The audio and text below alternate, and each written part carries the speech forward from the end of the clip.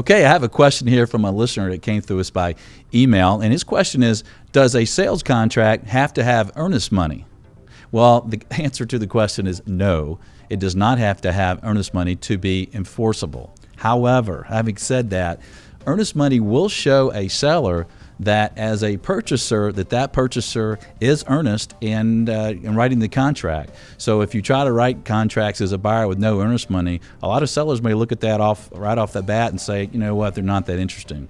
To tell you how important it might be, I had a lady buying about a $3 million apartment building from me when I was about 23 years old, and I'd been in the business for quite a while actually. And so I was asking her how much earnest money she wanted to put down. She told me $1 million. Well, I told her, look, ma'am, that's too much. You don't have to put that much down. She said, no, Sonny, I want to put down $1 million.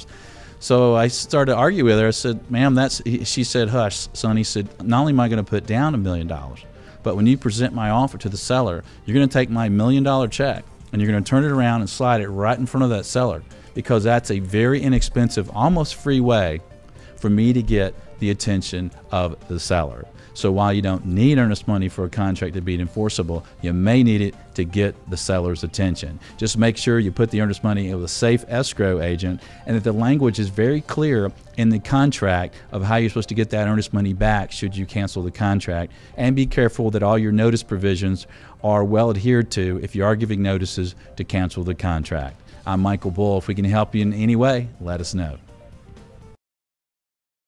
Ask Michael Bull is brought to you by Bull Realty, Commercial Real Estate Show, France Media, Atlanta Office Liquidators, and Weissman, Nowak, Curry, and Wilco.